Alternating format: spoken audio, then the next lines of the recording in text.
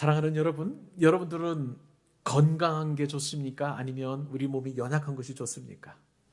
제가 좀 어리석은 질문을 여러분께 드렸죠? 다 건강한 것을 누구나 좋아할 것 같습니다. 오늘 예배에 앞서서 좀 잠깐 이제 엘리베이터 앞에서 안내를 섰는데 보니까 오늘은 대부분의 사람들이 6층으로 쫙 올라가더라고요. 그리고 아침에도 이렇게 주차를 하다 보니까 교회 주차장에 보니까 막 많은 차들이 이미 들어와 있어요.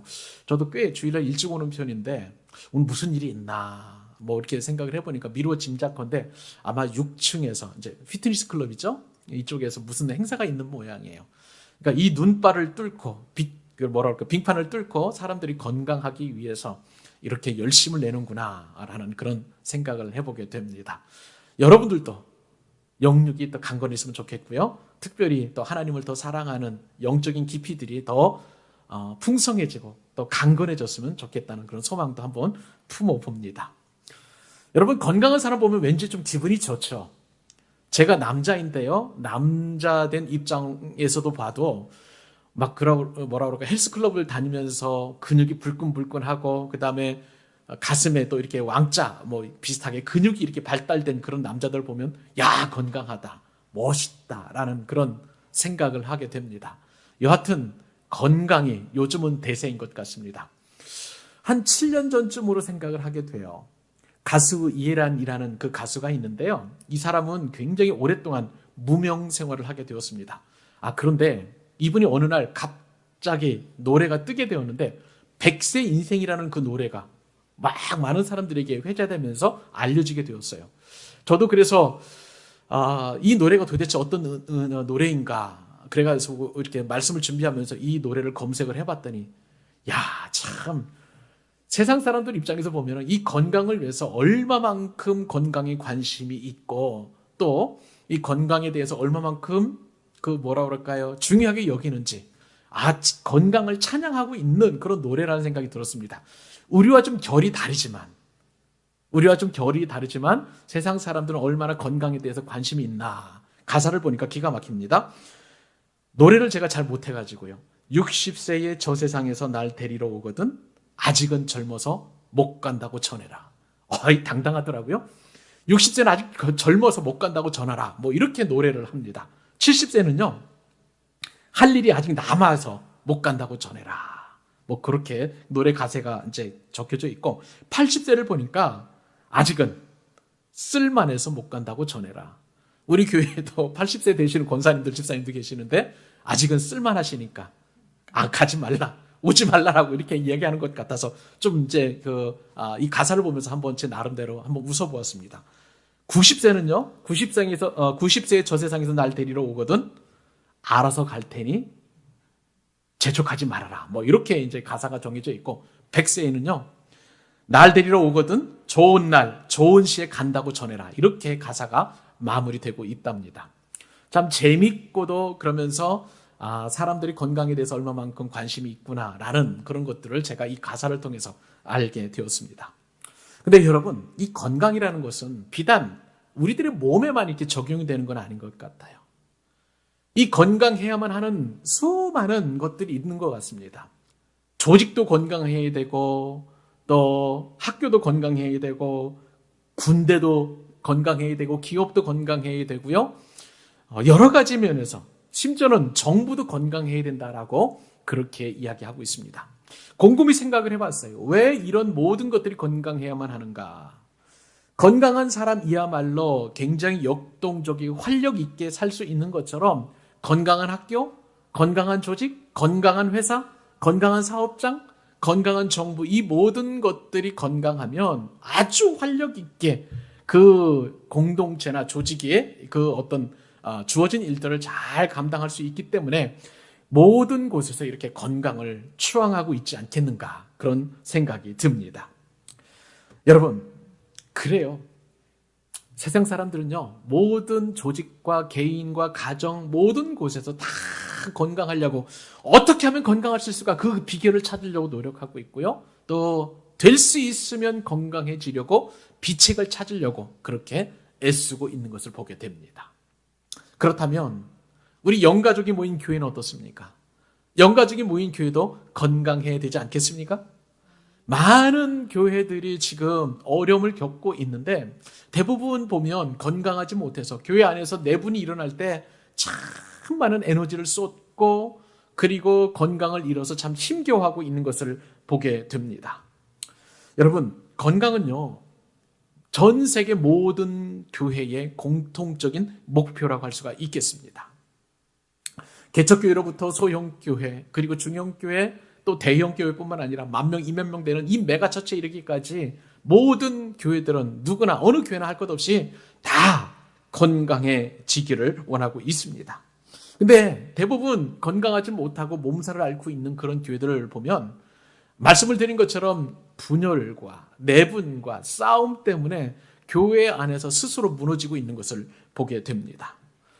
여러분, 교회가 건강하지 못할 때에 파급되는 그 파급 효과는 부정적인 그 영향력은 이루 말할 수 없어요. 교회가 건강하지 못하게 되면 늘 우리가 은혜를 받지 못하니까 늘 염려와 근심과 걱정이 성도들 마음 가운데 켜켜이 쌓여 있는 것을 보게 됩니다. 교회에서 은혜 받지 못하고 계속 다툼과 분열이 일어나고 있었을 때에 그 고통은 이루 말할 수 없는데 특별히 가장 어려운 것은 마음의 평강을 다 잃어버리게 되는 거예요. 교회가 내분 상태에 있다 보면 마음의 평강을 잃어버리게 되고 그리고 그 평강을 잃어버리게 되면 그것이 성도들의 개인에게 적용이 되어서 굉장히 모든 일에 예민하게 반응을 하게 됩니다. 사소한 말실수로 인해서 이것들이 섭섭하기도 하고요. 또 상처 주는 일들이 비일비재하게 일어나게 되는 것을 보게 됩니다. 어디 그뿐입니까? 작은 것들이 이제 아픔이 되어서 상처가 돼서 우리 가운데 이제 쌓이게 될 텐데 이것이 나중에는 점점 눈덩이처럼 커지다 보게 되면 서로 사랑하고 용서하고 축복하고 또 섬기고 이렇게 아름다워야 될 교회 공동체가 이것 때문에 더 힘들어지고 고통스러워하고 있는 것을 보게 돼요. 저는 우리 교회가요, 건강한 교회가 되기를 날마다 기도하고 있습니다. 우리 교회가 건강하면 여러분들의 모든 삶이 복되고 영광스러울 줄로 믿습니다. 여러분 생각해 보세요. 여러분이 늘 교회가 여러분들을 위해서 기도하고 염려하고 또 마음을 모아서 축복해야지 여러분들이 늘 교회 걱정을 한다고 생각해 보면 얼마나 그 생활이 참 힘들까 싶습니다. 제가 이번 주에 친구 어머니께서 돌아가셔서 지방에 잠시 다녀오게 되었는데요. 저와 동행했던 친구들이 수도권에 있는 친구들 2명이 가면서 이제 다 신앙인들 친구들이에요. 이런저런 이야기를 나누게 되었습니다. 한 2-5시간 정도 지방에 내려가면서 교회에 대해서 이야기도 하고 또 한국 기독교에 대해서 얘기를 하면서 어떤 서로 공감대가 형성이 되었는데 그것은 뭐냐면 교회가 참 건강해야 한다. 교회가 건강해야 된다. 교회에서 은혜를 누려야 된다. 그런데 그 친구들이 다니고 있는 교회들에게 나름대로 좀 고민들이 있더라고요. 이 형제 교회에서는 이런 문제가 있었고 저 형제 교회에서는 이런 문제가 있었었고 특히 또 이제 코로나로 말미암아서 교회에 이제 요즘 잘 못 다니고 있는 거니까 거기서 오는 어떤 신앙적인 게으름과 나태함 때문에 참 고민하는 그 형제도 있었습니다. 그래요. 이 교회의 건강은 우리들의 건강과도 직결이 되고요. 뿐만 아니라 우리들의 영적인 삶뿐만 아니라 우리의 모든 총적인 삶과도 연관되기 때문에 교회는 반드시 건강해야만 합니다. 근데 오늘 말씀을 보니까 교회가 건강하는 비결은 딱 한 가지예요. 그것은 뭐냐면 하나님의 말씀의 훈련을 지속적으로 해서 우리가 그리스도의 장성한 분량에 충만한 데까지 자라간다면 우리 한 사람 성도 한 분 분들이 말씀 훈련을 통해서 그렇게 우리가 영적인 그런 건강을 다짐하게 된다면 여러분 광교 사랑의 교회는 건강한 교회로 거듭나게 될 줄로 믿습니다. 제가 6층에 있는 그 클럽에 다니는 분들, 피트니스 클럽에 다니는 분들 보면 그분들은 매일매일 새벽에 와서 운동을 하더라고요. 육적인 건강을 위해서 그렇게 열심히 운동하는 그런 모습들을 바라보면서 하물며 우리는 영적인 건강을 통해서 우리가 행복과 그리고 기쁨을 누리게 될 터인데 우리가 지속적으로 말씀 훈련, 그것이 예배일 수도 있고요. 공예배이기도 합니다. 그것이 또한 다락방이기도 하고요. 또 제자 훈련이나 양육 훈련, 각종 말씀 훈련을 할 때 우리의 영혼은 건강해질 수 있다는 거예요. 사랑하는 여러분, 우리 2022년도에는요. 설립 5주년을 맞아서 건강한 교회가 되어서 건강한 일꾼들이 세워지고, 그리고 건강하여 여러분의 삶이 더 역동적으로 그렇게 확장되어 가는, 번성해 가는, 번영해 가는 그런 은혜를 누릴 수 있기를 바랍니다. 그래서 오늘 본문의 말씀의 그 핵심의 교훈은 뭐냐면은, 나의 영혼이 건강해지려면, 그리고 우리 광교사랑의 교회에 건강해지려면 말씀 훈련을 해야 된다는 거예요. 그래서 말씀 훈련에 대한 여러 가지 우리가 유익을 깨닫고, 우리가 더 하나님 앞에 말씀을 듣고 예배하고 훈련하는 일에 집중하는 저와 여러분 되실 수 있기를 바랍니다. 자, 그런 의미에서 말씀 훈련이 주는 여러 가지 영적인 유익이 있는데, 첫 번째 유익은 뭐냐면요, 영적으로 성장하는 은혜가 있다는 사실입니다. 따라서 한번 해보실래요? 영적 성장의 은혜. 여러분들이 오늘 말씀 결론적으로 들으실 때에 특별히 한 분 한 분 모든 우리 교우님들이 영적으로 성장하는 은혜를 누리실 수 있기를 바랍니다. 그래요. 우리가 말씀 훈련을 통해서 얻는 유익 가운데 가장 첫 번째로는 영적으로 성장한다는 거예요. 이 점에 대해서 사도 베드로가 오늘 본문 이외에 또 다른 말씀을 제가 가져왔는데요, 사도 베드로는 이 부분을 너무나 강조하고 있는 것을 보게 됩니다. 베드로전서 2장 2절에 보니까 베드로 사도는 이렇게 권면하고 있습니다. 갓난 아기들 같이 순전하고 신령한 젖을 어떻게 하라고요? 사모하라. 이는 그로 말미암아 너희로 구원에 이르도록 자라게 하려 함이라. 아멘. 그래요. 오늘 베드로 사도는요, 여기서 오늘 본문에서 어떻게 말씀하셨냐면, 순전하고 신령한 젖을 사모하라, 그렇게 이야기하고 있습니다. 이 순전하고 신령한 젖은 무엇이냐? 무엇일까요? 하나님의 말씀입니다. 성경을 말하는 거예요. 베드로는 어떻게 이야기하냐면, 성도가 구원에 이르도록 자라가기 위해서는 갓난 아기와 같이 순전한 젖인, 그리고 신령한 젖인 하나님의 말씀을 사모하라, 그렇게 권면하고 있습니다. 베드로 사도는 신령하고 순전한 젖을 사모할 때 구원에 이르도록 자라게 한다라고 이야기하고 있는데, 이것은 뭐냐면은 영적인 성장을 이렇게 표현하고 있습니다. 여러분, 우리가 영적 성장을 위해서는요, 정체되지 않고 계속 자라가기 위해서는 가장 중요한 것은 말씀의 젖을 사모하는 거예요. 여러분들이 매 주일마다 주일 예배에 참여합니다. 그리고 이제 2022년도부터는 이제 우리가 그동안 코로나 때문에 잠시 미루어뒀던 예배를 회복하려고 해요. 수요 예배, 금요 성령 집회뿐만 아니라 매일매일 이제 성경 읽기도 여러분도 더 우리가 체계적으로 이렇게 하기를 원하고요. 지금 여러분들이 필사하고 있는 그 부분들도 여러분들의 영적 성장을 위해서 굉장히 중요한 그러한 역할이라고 할 수가 있겠습니다. 뿐만 아니라 여러분 개인적으로도 이제는 큐티를 지속적으로 가지셔야 됩니다. 매일매일 하나님의 말씀을 신령한 젖으로, 그리고 참으로 순전한 젖으로 여러분들 섭취하시지 않으시면 영적 성장을 할 수가 없는 거예요. 여러분, 목회자는 여러분들에게 간접적으로 또 먹이는 사람입니다. 이것도 물론 여러분들을 먹일 수 있겠지만, 이제는 여러분들이 점점 자라면서 이제는 여러분 스스로도 신령하고 순전한 젖을 먹을 수 있도록 그렇게 성장해야만 하는 거예요. 여러분, 우리가 어린아이가 계속해서 신령하고 순전한 젖을 먹지 않으면, 엄마의 젖을 먹지 않으면 어린아이 자라날 수가 없는 거예요. 우리들도 마찬가지죠. 일주일 동안 내내 생활하면서 우리가 여러분들이 자주 접하는 게 뭐예요? 핸드폰을 보면서 여러분들이 정말 말씀을 읽거나 내지는 또한 성경 말씀에 대한 또 설교 말씀을 듣는 것, 지극히 적은 시간 혹시 아닙니까? 여러분들에게 그런 시간들이 좀 2022년도랑 확장되어지고 또 더 풍성하게 되어질 수 있기를 바랍니다.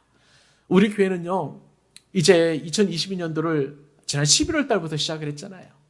그 어느 때보다도 더 많은 말씀의 신령한 꼴들을 먹고 섭취하고 듣고 눈으로 읽고 하는 그러한 여러분 영적 성장을 위한 그러한 훈련들이 필요했으면 참 좋겠습니다.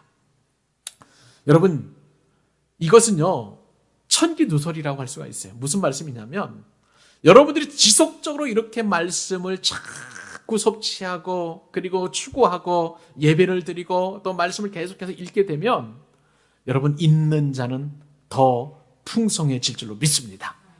예수님께서 말씀하셨어요. 없는 자는 있는 것조차도 다 빼앗긴다고 말씀을 하셨어요. 이것은 우리의 영적 성장과도 직결됩니다.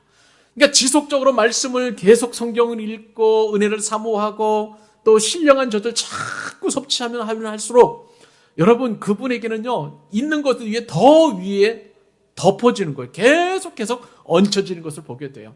반면에 그렇지 못하는 분들은요 있는 것조차도 다 빼앗겨서 은혜가 완전히 바닥나게 되는 것을 보게 됩니다. 사랑하는 여러분, 우리 2022년도에는 더 말씀을 사모해서 더 말씀을 또한 기대하면서 영적으로 성장하는 저와 여러분 되실 수 있기를 바랍니다. 저는요 여러분들을 위해서 그렇게 신령한 꼴을 먹기 위해서 저는 헌신하려고 아주 작정한 사람이에요. 예전에 제가 좋아하는 오카노 목사님께서 이런 말씀하셨어요. 성도들은 목사의 피를 빨아먹고 산다. 굉장히 살벌한 말씀을 하셨습니다. 이것이 뭐냐면요, 목회자가 말씀에 집중해서 정말 말씀을 깊이 연구하고 그리고 영적 성장을 위해서 그렇게 다듬어지고 아름답게 만들어진 신령한 꼴들을 설교할 때에 그 꼴을 먹고 자라나는 성도들은 영적으로 성장한다는 것을 빗대어서 하신 말씀이에요. 저는 정말 여러분들이 영적 성장을 위해서라면 정말 계속 말씀을 묵상하고 이른 새벽도 깨우고 또 뭐라 그럴까요? 정말 더 좋은 독서도 하고 그래서 참 그렇게 할 준비가 되어 있습니다. 사랑하는 여러분도 이제는 여러분도 그런 준비가 있었으면 참 좋겠어요. 주일 예배도 그냥 기대하는 것이 아니라 정말 오늘 이번 주에는 어떤 말씀을 주실까 그렇게 사모하는 여러분들 되실 수 있었으면 좋겠습니다. 토요일 날 보내드리는 그러한 이제 설교에 관련된 그리고 주보를 보내드리면 성경도 찾아서 한번 읽어보시고요. 이 말씀을 놓고 기도해 주시고요. 나에게 정말 영적 유익을 위해서 어떤 말씀을 주실지 기대하는 그 기대감을 가지고 이 예배당에서 예배를 드리신다면 여러분들은 그 누구도 경험하지 못하는 풍성한 영적 성장을 경험하게 될 것입니다. 이것이 바로 그리스도의 장성한 분량에 충만한 데까지 자라가는 지름길인 거예요. 거기에다가 여러분 스스로 또한 말씀을 자꾸 읽고 사모하고 필기하고 그리고 또한 기도한다면 여러분들은 괄목할 만한 그런 영적 성장을 경험할 수 있게 되는 거예요. 우리 광교사님께 모든 교우님들은 그러한 복을 누리실 수 있기를 바랍니다. 우리가 말씀 훈련할 때 또 어떤 축복이 우리에게 주어질까요? 우리 신앙의 토대가 매우 견고해진다는 사실입니다. 신앙의 토대는요 굉장히 튼튼해지는 그런 은혜를 경험하게 된다는 거예요. 저와 여러분이 사는 시대에 특히 우리가 안타까워하는 것은 뭐냐면요, 이단이 굉장히 흥왕하고 있다는 사실이에요. 제가 전도하면서 이제 그 원촌 저수지 저 옆쪽에 있는 그 아파트 단지를 지나가다가 좀 이제 그 한 몇 층, 한 3, 4층인가요? 그 되는 건물에 있는 것을 보게 되었어요. 근데 꼭 교회같이 생겼는데 십자가가 없어요. 그런데 그 간판에 뭐라고 써 있냐면은, 하나님의 교회 세계 복음 선교회라는 그런 이름이 쓰여져 있었습니다. 여러분, 너무 이름이 좋지 않아요? 하나님의 교회? 세계 복음 선교회. 근데 여러분, 그 교회는 거기서는요, 거기는 교회가 아니라 이단입니다. 이단. 하나님의 교회라고 쓴 곳 있다면 여러분 그곳에는 절대 들어가서는 안 됩니다. 이곳은 어떤 곳이냐? 예전에 안상웅 증인회라는 그러한 이단 단체였었어요. 근데 이름을 바꿨어요. 하나님의 교회 세계복음 선교회라고. 근데 정말 멋진 건물을 이렇게 지어놓고 보통 제가 근데 이 하나님의 교회라는 건물을 이 광교에서만 본 것이 아니라 가는 곳곳 서울에서도 봤고요. 예전에 섬기던 인천에서도 보게 되었고 대전에서도 봤는데 정말 그 사람들은 도대체 돈이 어디서 나서 저렇게 멋진 건물을 짓고 그렇게 모임 장소 쓰고 있는 것인가 그런 생각을 제가 잠시나마 했던 것을 보게 됩니다. 일반 사람들 특별히 교회 다니지 않는 그런 사람들 같은 경우에는요 그것도 일종의 건강한 교회라고 그렇게 생각할 수 있습니다. 아니죠. 절대 아닙니다. 참된 복음이 참된 진리가 선포되는 곳이 아니기 때문에 그것은 교회가 될 수 없는 것입니다. 지난 2000년간의 교회 역사를 바라보게 되면 이 교회는요 교회의 순결한 주님의 신부예요. 그런데 이 순결한 주님의 신부인 교회를 사단이 계속해서 어지럽히게 되는 것을 보게 됩니다. 교회 역사는요, 이처럼 이단과의 싸움이라고 할 수가 있겠어요. 그 이단을 불러일으키는 것이 이제 그 뒤에 보면 영적 세력인 사단이 있는데, 사단이 끊임없이 교회를 오염시키려고 하고 있습니다. 그렇기 때문에 이런 이단 저런 이단들이 계속 이단 그런 어떤 사상들을 불러일으켜서 참된 그리고 순결한 신부인 교회를 어지럽히고, 또 영적인 신부인 우리 성도들을 자꾸 미혹해서 그렇게 불의에 빠지도록 그렇게 하고 있는 것을 보게 됩니다. 여러분, 이런 이단들은요, 초대교회 때부터 발흥을 해서 2000년 교회사에서 계속 연관되어 있었고, 지금도 역시 이단은 그렇게 광명의 천사로 가장을 해서 우리를 그렇게 유혹하고 있는 것을 보게 됩니다. 이에 대해서 세계적인 복음주의 신학자 알리스터 맥크로스 목사님 이런 이야기를 했어요. 역사가 그러하듯 이단은 스스로 반복하는 습관을 갖고 있다. 그렇습니다. 주님 오시는 그날까지 사단은 끊임없이 이단을 뒤에서 조정해가지고요, 음료가 되게 해서 우리를 자꾸 미혹하고 넘어지게 하게 되는 것을 보게 됩니다. 그런데 이러한 이단의 발흥과 그리고 시대 정신이 흔들리지 않도록 우리를 영적으로 든든하게 견고하게 버티어주는 그런 신앙의 토대가 있는데, 그것이 뭐냐면요, 말씀 훈련이라는 거예요. 말씀 훈련입니다. 이 시대에 흔들리지 않는 신앙을 견지하기 위해서는 반드시 말씀 훈련을 우리가 받아야 되는 것입니다. 사도 바울은요, 이러한 상황들을 미리 예견했습니다. 그래서 에베소 교회 장로들에게 이렇게 권면하게 되었어요. 사도행전 20장 32절에 보니까 사도 바울이 에베소 교회 장로들이 이렇게 권면합니다. 같이 한번 읽어보겠습니다. 시작. 지금 내가 여러분을 주와 및 그 은혜의 말씀에 부탁하노니 그 말씀이 여러분을 능히 든든히 세우사 거룩하게 하심을 입은 모든 자 가운데 기업이 있게 하시리라. 아멘. 이 말씀에 따르면 바울은요, 말씀이 성도들을 든든히 세운다고 이야기하고 있어요. 말씀이. 그래요. 하나님의 말씀은 살았고 운동력이 있는 줄로 믿습니다. 그 살아있고 운동력이 있는 이 하나님의 말씀이 우리의 신앙을 견고하게 세우는 거예요. 우리의 믿음을 견고하게 세우는 거예요.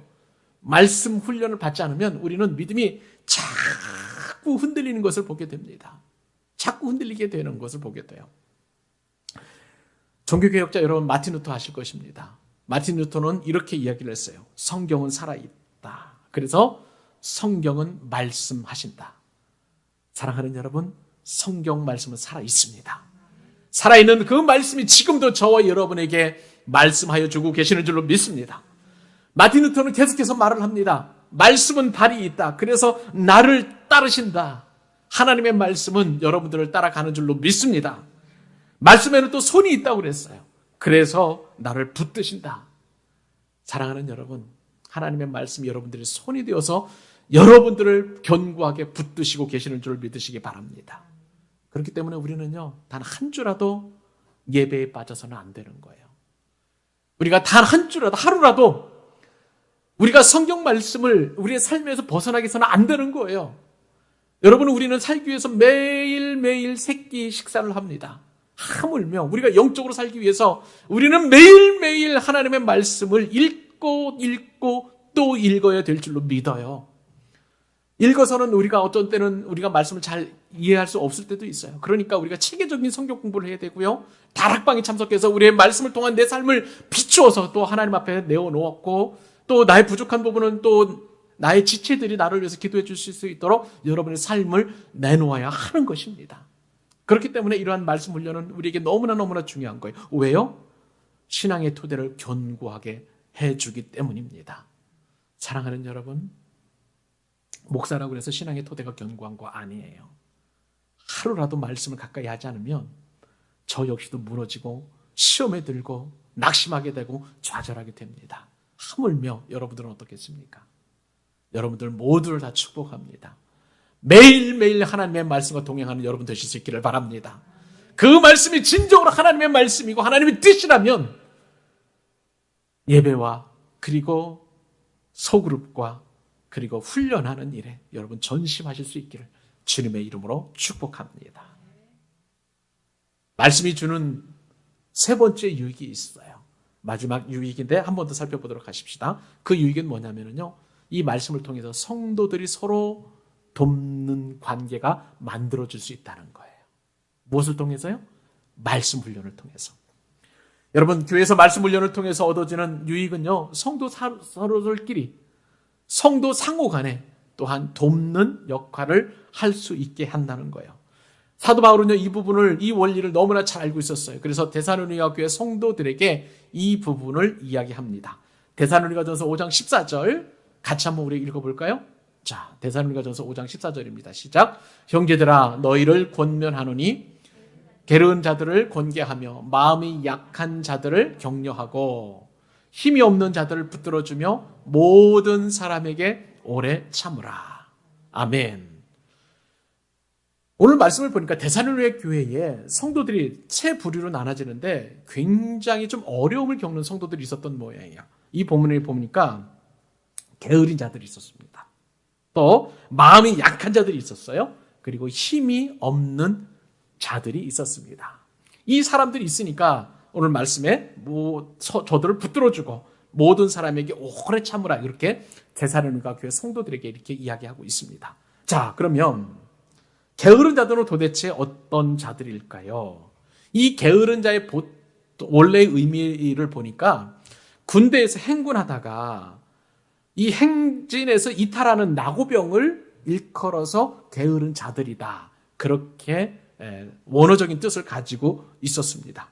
근데 영어 성경에 보니까 또 다른 재미있는 뜻이 있어요. 그것은 뭐냐면 게으른 자들은 빈둥거리다라는 그런 뜻을 가지고 있었습니다. 영어 성경에 보니까 아이들이라는 그런 표현을 쓰고 있는데, 자, 그러면 이 게으른 자들, 빈둥거리는 사람, 행군의 대오에서 이탈한 사람, 이것이 어떤 의미냐면, 여러분들 군대 갔다 온 사람들은 아시겠지만 이 군대에서 보면은 진짜 뭐라 그럴까, 체력이 떨어져서 그렇게 해서 어쩔 수 없이 또 건강에 문제가 있어가지고 나고병이 생길 수 있는데, 근데 이 행진에서 떨어진 나고병도 그런 차원이 아니라는 거예요. 게을러서 빈둥거리다가 그렇게 행군의 대열에서 이탈했다는 뜻을 가지고 있습니다. 쉽게 말하면 뭐냐면요, 하나님의 말씀을 지속적으로 섭취하지 않은, 지속적으로 대하지 않는 그런 게으른 자들이 있었다는 거예요. 이 사람들이 데살로니가 교회에 또 3분의 1이나 된다는 거예요.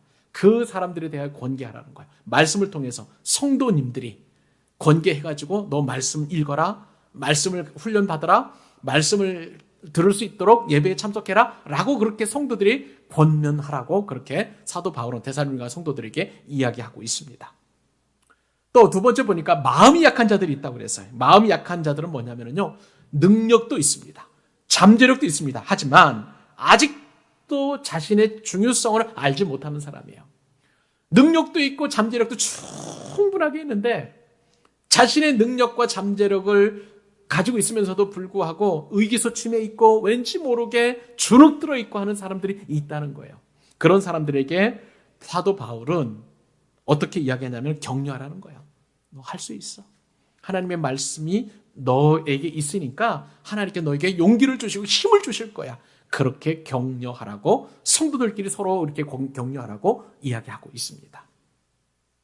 어디 그뿐입니까? 힘이 없는 자들이다, 그렇게 이야기하고 있습니다. 힘이 없는 자들이란 어떤 것이냐? 예수 그리스도 안에서 참다운 자유를 누리지 못하고 있는 거예요. 참다운 자유를 누리고 있는 거예요. 그러니까 늘 심리적으로나 영적으로 주눅들어 있고요, 낙심해 있고 하는 그런 사람들을 말하는 것입니다. 이런 사람들에게 붙들어 주라는 거예요. 일어설 수 있도록, 말씀을 통해서 용기를 얻을 수 있도록 붙들어 주라라고 그렇게 권면하고 있는 것을 보게 됩니다. 이 일을 누가 하라고요? 목회자도 하지만 성도들끼리 서로 하라고 그렇게 사도 바울은 데살로니가 교회 성도들에게 권면하고 있는 것을 보게 됩니다. 여러분, 우리 교회에 그런 은혜가 있기를 바랍니다. 우리 교회도 보면은 훈련 받으신 분들이 계시고요, 영적으로 성숙한 분들이 계세요.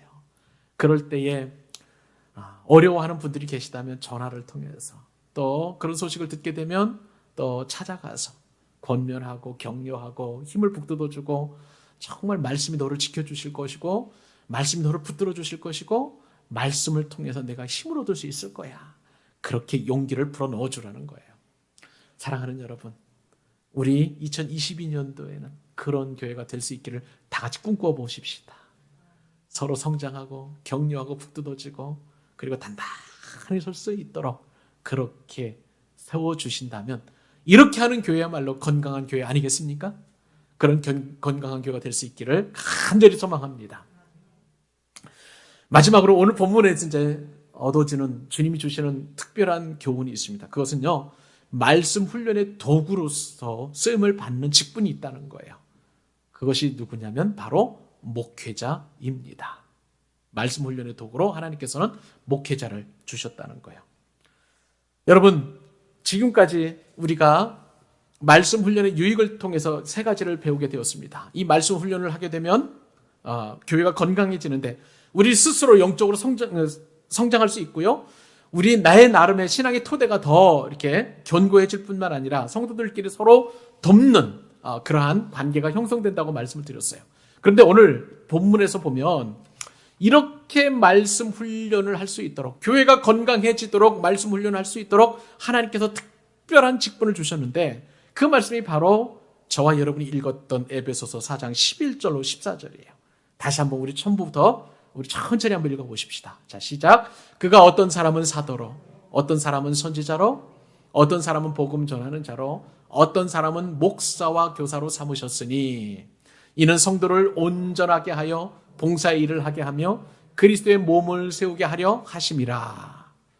우리가 다 하나님의 아들을 믿는 것과 아는 일에 하나가 되어 온전한 사람을 이루어 그리스도의 장성한 분량이 충만한 데까지 이르리니 아멘. 자, 오늘 본문에 보니까 하나님께서 여러분 한 분 한 분들을 건강하게 세워서 그리스도의 장성한 분량에 충만한 데까지 자랄 수 있도록 그렇게 건강하게 하는 역할을 위하여 세운 직분자가 있습니다. 여기 보니까 첫 번째 나오는 것은 뭐냐면요, 어떤 사람은 사도로 세웠다는 거예요.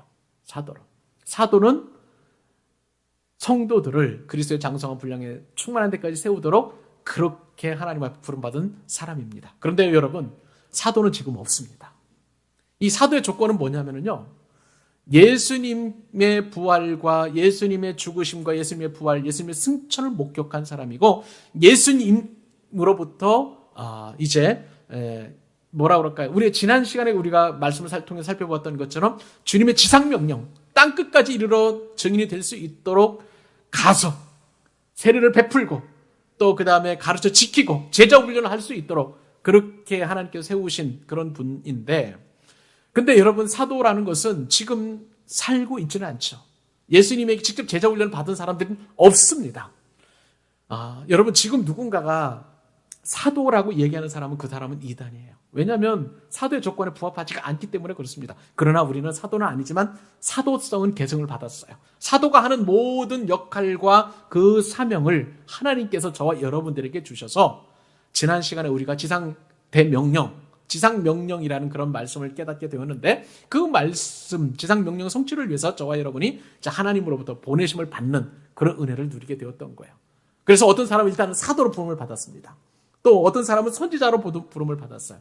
선지자 역시도 하나님의 말씀을 통해서 앞으로 되어질 일들을 선포하는 그런 사람입니다. 죄를 지적하기도 하고요, 축복을 선포하기도 하고요, 그리고 회개할 수 있도록 그렇게 말씀을 강력하게 선포하는 그런 사람들인데, 이 선지자들 역시도 지금은 존재하지 않습니다. 이 사도와 선지자 역할을 누가 하느냐? 성경이 하는 거예요. 그래서 하나님께서는 우리에게 하나님의 말씀인 성경을 주셨습니다. 자, 그런데 지금 우리 이제 시대에 남아있는 직분자가 있어요. 그 뒤에 말씀에 보면 어떤 사람은 목사와 교사로 그렇게 되어 있습니다. 하나님께서 우리에게 어떤 사람은 목사와 교사로 이 일을 감당하기 위하여 말씀 훈련하도록 우리에게 보내주셨다는 거예요. 근데 여러분, 어떤 사람은 목사, 또 어떤 사람은 교사, 그러니까 목사 따로 교사 따로 있는 것으로 생각하는데 그게 아니에요. 원어적으로 볼 때에 이 목사와 교사는 관사가 하나가 있습니다. 그렇기 때문에 목사와 교사는 같은 말이에요. 그러니까 어떤 영어 성경에 보면 목사 곧 교사라고 이렇게 표현되어 있습니다. 하나님의 말씀을 성도들에게 가르치고 설교하고 전파하고 또 공부할 수 있도록 양육자를 하나님께서 목사 곧 교사를 성도들에게 보내주셨다는 사실인 것이에요. 사랑하는 여러분, 그렇기 때문에 목사는요, 이 일에 전념해야만 될 줄로 믿습니다. 여러분들이 저를 위해서 기도해 주실 때에 정말 오늘 양원사님 제 마음에 너무나 정말 합한 그런 기도를 해주셔서 너무 감사한데, 목사는 말씀에 전념해야 되는 거예요. 그렇기 때문에 제가 만약에 이 말씀 연구하고 설교하는 일에 제가 게을리한다면 여러분들이 다 피해를 받습니다. 그러니까 저를 위해서 늘 기도해 주실 때마다 말씀에 사로잡히게 하여 주옵소서. 말씀 훈련에 있어서 탁월한 목사님이 되게 해 주옵소서. 하나님의 말씀을 통해서 하나님의 뜻을 내 개인에게 잘 전할 수 있도록 그렇게 은혜 위에 은혜를 더하여 주옵소서. 여러분, 저는요, 재주가 없어요. 하나님의 은혜만 있어야만 됩니다. 제가 무슨 재주가 있어서 여러분들에게 은혜를 끼칠 수 있겠습니까? 저는 한 터럭도, 한 눈꽃마음도 그렇게 할 수 있는 능력이 없는 사람이에요. 그렇기 때문에 우리 성도님들의 기도가 그 어느 누구보다도 더 많이 필요하고 꼭 필요한 줄로 믿습니다. 제가 부족하기 때문에 여러분, 저를 위해서 기도해 주셔야 되고요. 여러분들 입장에서 보면 내가 은혜 받기 위해서 저를 위해서, 목회자를 위해서 기도하셔야 될 줄로 믿습니다. 이제 여러분, 우리 교회가 부흥하게 되면은요, 많은 목사님들 오실 거예요. 부교육자님들, 또 그 다음에 주일학교 담당 전도사님들, 또 그 다음에 또 학생들을 공과 공부해 주시는 선생님들도 많은 말씀을 가르치는 그런 많은 분들이 세워질 거예요. 그분들을 위해서도 여러분 꼭 그렇게 기도해 주실 수 있기를 바랍니다. 말씀에 사로잡히지 않으면, 말씀 훈련의 전문가가 되지 않으면 우리 교회 성도님들이 죽어나가는 그런 일이 있기 때문에 이런 일이 우리 교회에서 있어서는 안 되는 거예요. 말씀이 목회자에게 접목되지 않으면 우리 교회는 건강하지 못하고 병든 교회가 될 수밖에 없는 것입니다. 사랑하는 여러분, 저는요, 올해보다도 2022년도가 하나님 앞에 우리 교회가 더 건강한 교회가 될 수 있기를 소원합니다. 이것은 여러분의 소원이 될 수 있기를 바랍니다.